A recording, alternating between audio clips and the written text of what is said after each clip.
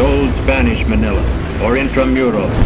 Though begun 350 years ago, it has endured well, being regarded as the best example of medieval walled town in existence. Within this gateway is old Fort Santiago, long the citadel of the Spanish city.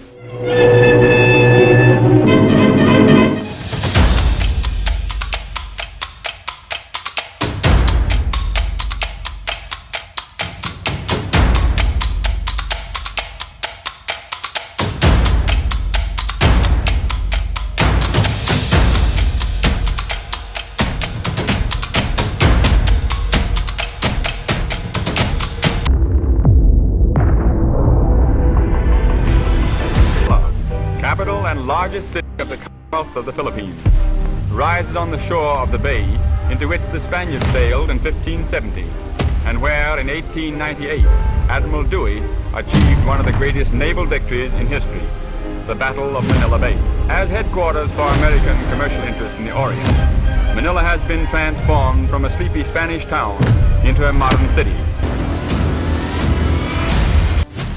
Early pre-Hispanic houses were characterized by rectangular structures elevated on stilt foundations and covered by voluminous thatched roofs ornamented with gable finials and its structure. Relifted as a whole and carried to a new site. Halls include the Fugao House, Bahia Cubo, and the Maranao Toboggan. The 1873 Royal Ordinance of King Philip II, known as the Laws of the Indies, was prescribed and stated that every town was to have gridiron design, quadricular, with a central square plaza. Example is the Bahia and a Bato, typically 2 stories with the ground level made of massive cast stone or brick walls and the upper level built of hardwood, emerged from the 17th to the 19th centuries. 1906 buildings that defined the pre-war skyline of Manila include the El Hogar Filipino Building and Hong Kong Shanghai Bank.